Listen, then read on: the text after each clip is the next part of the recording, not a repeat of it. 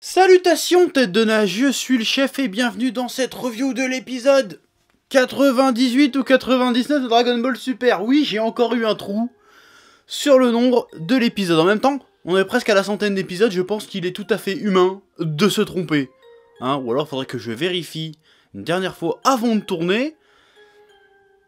Mais je suis un peu con, donc j'y pense pas. Du coup, voilà, on va parler de cet épisode. Alors là, ça va être la review un peu légère. Parce que, pourquoi? Parce que l'épisode était cool. Mais en soi, il s'est pas passé grand chose. Il n'y a pas grand chose à redire. Si ce n'est poser des questions. Parce que mine de rien, ça me fait poser des questions. Encore une fois, on était dans un épisode plus explicatif, plus qui présentait un peu les bails du tournoi. L'épisode d'avant, on voyait que ça allait être une grosse battle royale. Et cet épisode nous montre plus comment ça va se dérouler, combat par combat, et plus les conséquences que va avoir le tournoi. Et c'est tout à fait intéressant, et on va voir ensemble en quoi. Ouais. Bon, d'abord, on va expédier un petit peu les trucs cool.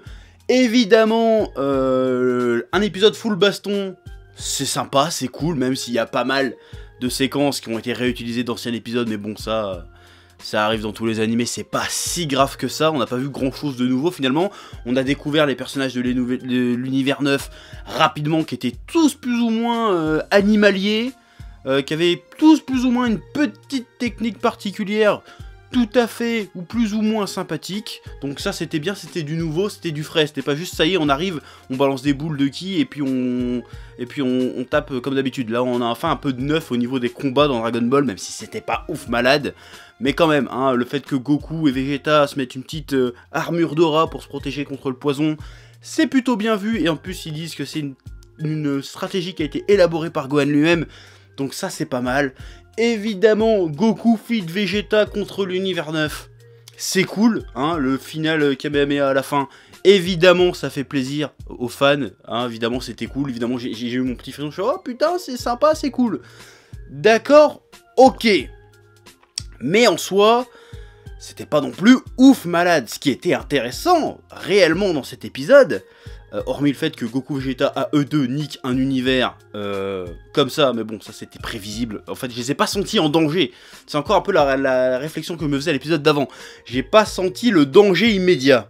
Parce qu'à aucun moment je me suis dit, ils vont perdre, ils sont dans la merde. C'est n'importe quoi. À aucun moment je me suis dit ça.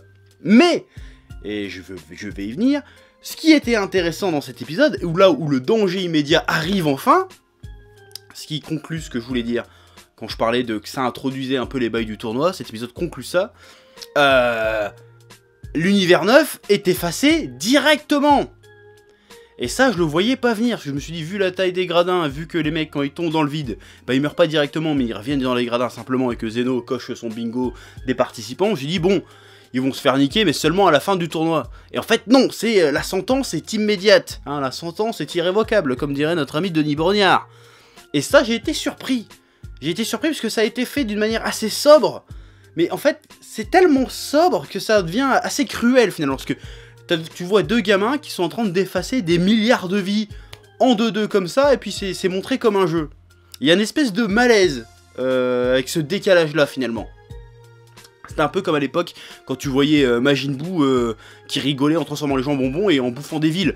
Il y a un côté rigolo, mais il y a un côté vachement sadique, vachement cruel là-dedans. Vachement triste du coup.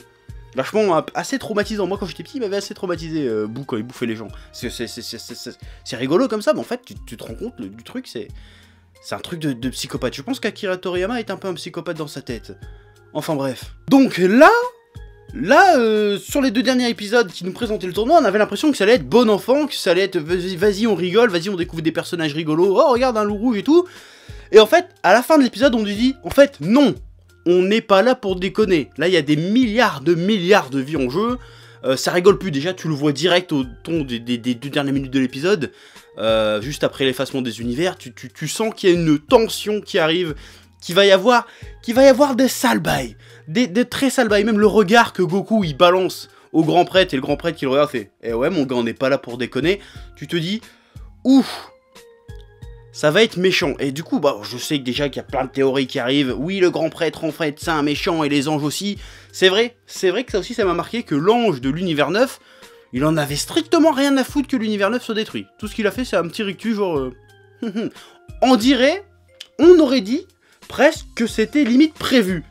Genre il est là, ouais, je rigole parce que tout s'accorde selon le plan. Est-ce que derrière il y a une espèce de conspiration des anges contre les univers et contre peut-être les Zénos? Je ne sais pas. Mais on peut se poser la question de manière légitime. Parce qu'il y a un truc qui est pas bien. Soit c'est juste pour montrer qu'on est tellement au-dessus, qu'on n'a aucun sentiment, qu'on s'en bat les couilles de tout, qu'on détruit des univers, on s'en bat les steaks. Soit c'est qu'il y a un truc derrière. Parce que le regard qu'il lance à Goku, il y a un truc. Là je suis très curieux de voir la suite à ce niveau-là. Et je pense que le tournoi va pas être un simple tournoi. En tout cas, tout semble l'indiquer. Ça serait dommage de mettre des pistes comme ça et de juste se contenter de faire un simple tournoi avec la fin de destruction de l'univers et à la fin on ressuscite les univers qui ont perdu. Ça serait dommage. Par contre, cet épisode me fait aussi poser des questions sur comment va être raconté ce tournoi. J'en parlais déjà à la review précédente. Est-ce que ça va être de manière linéaire ou est-ce que ça va être de manière un petit peu entremêlée dans le temps, vu la très courte durée du tournoi qui est de 48 minutes, et qu'on sait que l'épisode précédent se déroulait sur 1 minute de tournoi. Or, à la fin de cet épisode, à moins que j'ai raté un truc, il nous indique pas combien de temps il reste dans le tournoi. Donc il s'est passé combien de temps? Parce que là, les personnages sont parlés et tout, donc ça m'étonnerait qu'il soit passé qu'1 minute. Alors que dans le premier épisode, ils parlaient pas trop, c'était juste de la bagarre. Là, il y a des dialogues, tu peux pas balancer ton laïus en moins de 10 secondes chrono. Même si t'es super rapide, c'est débile, les gens ne t'entendent pas, c'est complètement con. Donc je sais pas comment. Est-ce que ça va être linéaire, du coup, ou pas linéaire? L'épisode suivant, on va parler de se concentrer sur Krillin et C18 un peu. Est-ce que Krillin et C18, ceux qui vont vivre, se passent parallèlement au combat de Goku et Vegeta contre l'univers 9? Ou après, ou avant, on sait pas. Et je suis très curieux de savoir, parce que sinon, je sens qu'il va durer sur une bonne vingtaine d'épisodes, voire une trentaine d'épisodes, ce tournoi. Donc j'ai besoin de savoir, parce que si tu me fais 30 épisodes de 20 minutes, 25 minutes, et qui en fait se passent que sur 48, voilà, hein, on se souvient tous du mème de Freezer qui dit oui, dans 5 minutes, la Terre va exploser, et que ça dure 20 épisodes, c'est chaud. Ça serait bien que de ne pas recommencer cette erreur-là. Alors que justement, le fait de ne pas raconter le tournoi de manière linéaire permet de pallier à ce défaut-là, en fait. Si tu vois ce que je veux dire. Donc je me pose toujours des questions à ce niveau-là, et j'espère qu'on aura la réponse dans le prochain. Oui. Bon, parallèlement au combat Goku-Vegeta contre l'univers 9, on a aussi un petit peu de Freezer. Quelques secondes Freezer, mais ces quelques secondes de Freezer m'ont suffi, hein. Tu vois Freezer qui s'amuse, Freezer qui torture les adversaires, hein, l'espèce de chauve-souris qui essaye de l'attaquer, il le torture, tu sais, il lui balance des petits rayons comme ça, t'as mal hein saloperie, hein, jusqu'à ce que l'autre il se jette lui-même dans le vide. Ça j'ai trouvé ça sympa. Mais à part ça, j'ai pas grand chose à dire sur l'épisode en lui-même, je pense qu'il était plutôt bien rythmé, plutôt bien foutu, l'animation, bah, vu que c'était des trucs réutilisés pour une bonne partie, bah elle faisait le café, c'était bien rythmé, j'ai trouvé l'épisode passé vite, passé bien. Il m'a semblé même assez dense.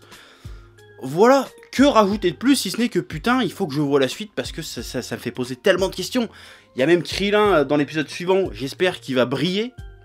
Sans faire de mauvais jeu de mots avec la technique morsure du soleil et tutti quanti.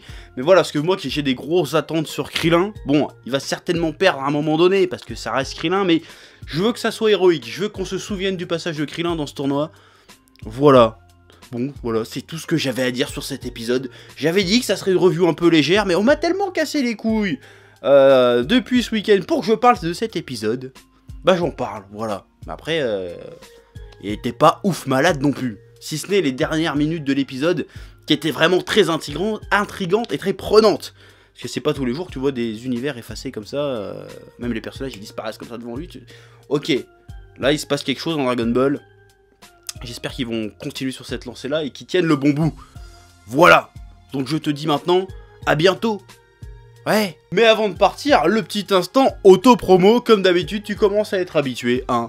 Dirty Cosmos numéro 1 et 2, toujours disponible en e-book ou format papier, dans la description. C'est pas très cher, ça va. En plus d'ailleurs, Japan Expo, ça s'est super bien vendu. Donc merci, ça fait plaisir. Et pourvu que ça dure. Voilà, on a eu de très bons retours. Voilà, tu veux du bon comics? Et bah tu lis Dirty Cosmos, par le chef Otaku et par Gigito.